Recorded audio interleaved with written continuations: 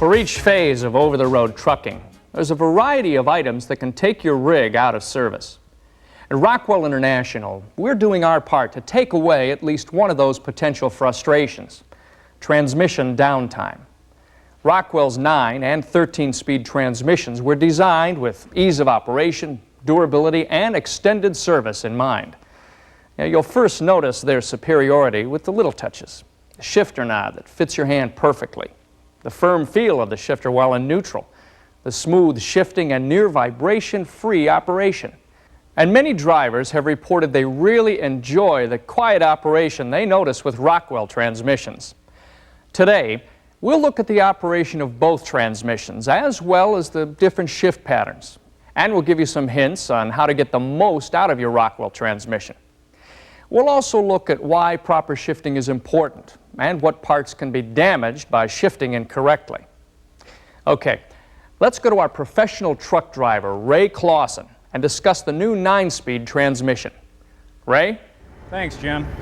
The Rockwell 9-speed transmission is, in many ways, like other transmissions I'm sure we're all used to, but with a few added features I'm sure everyone can appreciate.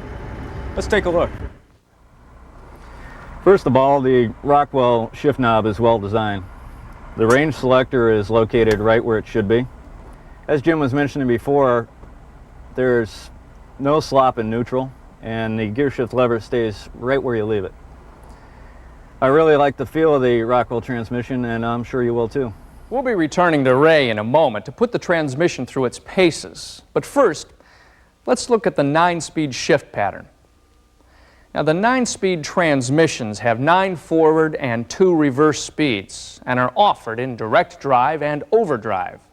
A direct drive models shift with the traditional H pattern.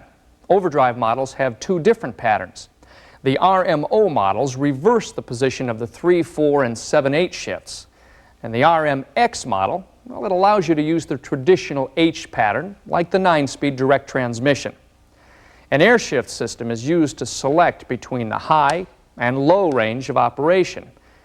Now, this diagram shows a 9-speed direct, starting with low and continuing with the basic repeat H pattern for the remaining 8 speeds. From low, we go to first, second, third, and fourth. In fourth, we pre-select our high range by putting the range selector switch up, and then we move to fifth, sixth, 7th, and 8th gear. To downshift, well, we reverse the process by pre-selecting low range while still in 5th gear. Now, we pre-select and move our range selector while in gear because the synchronizer must operate when the shift lever passes through neutral. Not pre-selecting could cause the synchronizer to miss the shift, which results in synchronizer wear. Now, let's go back to Ray as we move further through the operation of the 9-speed transmission. I've already done a vehicle safety inspection and we're ready to go. I'll start the vehicle's engine and wait for the air brake system pressure to fully charge. But first, before operating a vehicle that's unfamiliar to you, take a look at the shift pattern label, usually located here. Rockwell makes a few different models of transmissions and a few different patterns, so take a look. When initially shifting into low or reverse, engage the clutch brake by pushing the clutch pedal completely to the floor. This is the only time you should use the clutch brake. If you use the clutch brake while the vehicle is in motion, you could do damage to the input shaft or the clutch brake. We'll be starting off with the selector valve in low range. While Ray's getting the rig on the road, let's look inside the transmission to see what's happening when the selector valve's in low range. Now, pressurized air from the vehicle enters the supply port of the air filter and regulator assembly. A delivery port on the filter and regulator assembly sends the air pressure to a slave valve that supplies air pressure to a port in the selector valve or shift knob and 2 ports on the range cylinder. When low range is selected, the air pressure from the slave valve supply port enters the supply port of the selector valve or shift knob. Air goes through the valve and returns to the pilot port on the slave valve. Now, this air pressure forces a spool valve inside the slave valve to move rearward, and route air pressure to the low-range port on the range cylinder. Now this air pressure moves the range cylinder piston to the rear of the range cylinder, which moves the shift fork into the low range of the auxiliary section of your transmission. Okay, let's go back to Ray on the road. Now that I'm moving, I'll use the clutch to move out of and into gears up to 4th gear. Double clutching is important.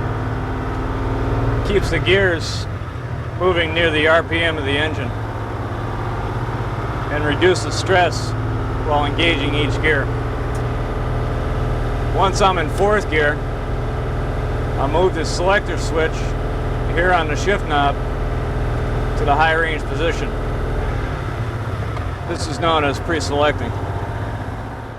Now that Ray is going into high range, let's again look at what's happening inside the transmission. When the selector valve, or shift knob, is moved to the high range position and the shift lever is moved through neutral, air pressure is exhausted from the low range port and routed to the high range port of the range cylinder. Now this pressure then moves the range piston into the high range position. All right? Let's go back to Ray on the road. Once I'm in high range, I'll double clutch for the rest of the gears. When I decelerate, I always keep the clutch engaged and the transmission in gear.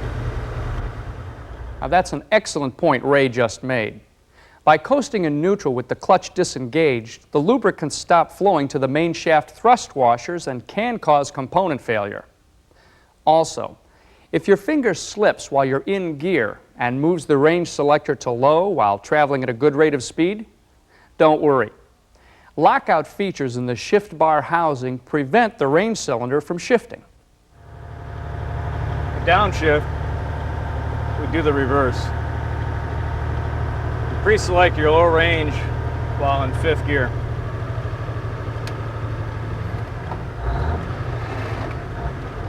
Pre-selecting is very important. Reduces stress on the synchronizer assembly in the auxiliary section. And remember, always shift at the right engine RPM. Thanks, Ray.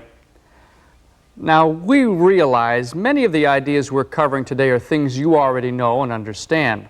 Well, after all, you're professional drivers. But we want to help you get the most out of your equipment and minimize downtime. For example, we know it's much easier not to use the clutch or not to double clutch in many situations.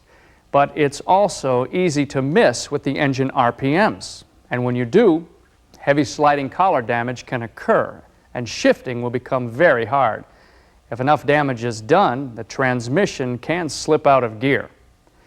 Now think about the transmission these came out of. And here's another thing to keep in mind. If your vehicle needs towing, always be sure you remove the drive shaft and/or axle shafts to prevent damage to the main shaft thrust washers of the transmission. With the vehicle in tow, it's not possible to get proper transmission lubrication to these washers located on the main shaft, and burning can occur unless the drive shaft and/or axle shafts are removed. Okay, let's move on to our 13-speed transmission, one of the most popular transmissions offered today. The Rockwell 13-speed is basically the same as the 9-speed, with the exception that gears 5 through 8 can be split between direct drive and overdrive. Now this feature can save fuel and allow you to operate your engine near its peak horsepower rating for those hills and heavier payloads. Now here's how the transmission works.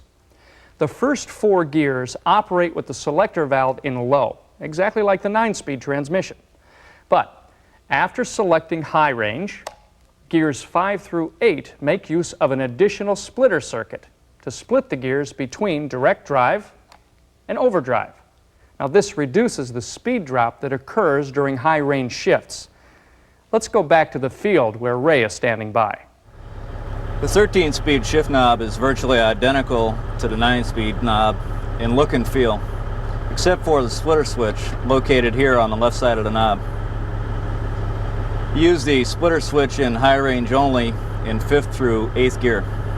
When using a splitter, you immediately depress the clutch and/or let up on the accelerator to shift from direct to overdrive. If you don't depress the clutch, the shift forks will try to shift anyway, and you could do damage to the splitter components. And if you try to use the splitter while in neutral, the gear speeds won't be matched, and you could cause damage to the sliding collar. The split gears are perfect when you're moving up a hill and want to maintain momentum. For example, splitting the gears means a 15% step instead of a 30% step. And you can downshift in half steps using the splitter and run the engine closer to its peak horsepower rating. Let's run through that now on the road. Like I said, 13-speed transmission is exactly like the 9-speed transmission throughout the low-range gears. When you shift into high-range position, the 13-speed transmission can be shifted exactly like the 9-speed, but you wouldn't be getting the full benefit of the transmission. When in 4th gear, move the range selector up to high range position. Double clutch to get to 5th direct. To go from 5th direct to 5th over, a moment before depressing the clutch, move the splitter button to overdrive. Release the clutch, and you're in 5th over. Let's take another look inside to see just how the splitter circuit of the transmission works. This splitter circuit consists of a continuous air supply from the regulator, the shuttle valve, and the splitter piston. The air supply is routed to the front of the splitter piston and the shuttle valve. When the shuttle valve is open, it routes the air to the rear of the splitter piston and moves the splitter cylinder into the direct drive position. Put together, this is how the entire system operates. In low range, air is supplied to the front side of the shuttle valve to keep it open and locks the splitter section of the transmission in direct drive. When the selector valve is moved to high range, air is exhausted from the low range port and supplied to the high range port to move the range piston into high. Once the splitter valve is in overdrive, air is supplied to the rear of the shuttle valve. Now this closes the valve and forces the air out the rear of the splitter piston. Continuous air at the front of the splitter piston moves it into overdrive. Simple enough? Let's go back to Ray. Now that I'm in 5th over, I want to shift into 6th direct. To do this, I move the shift lever to 6th gear position. Just before releasing the clutch, I'll move the splitter button to direct.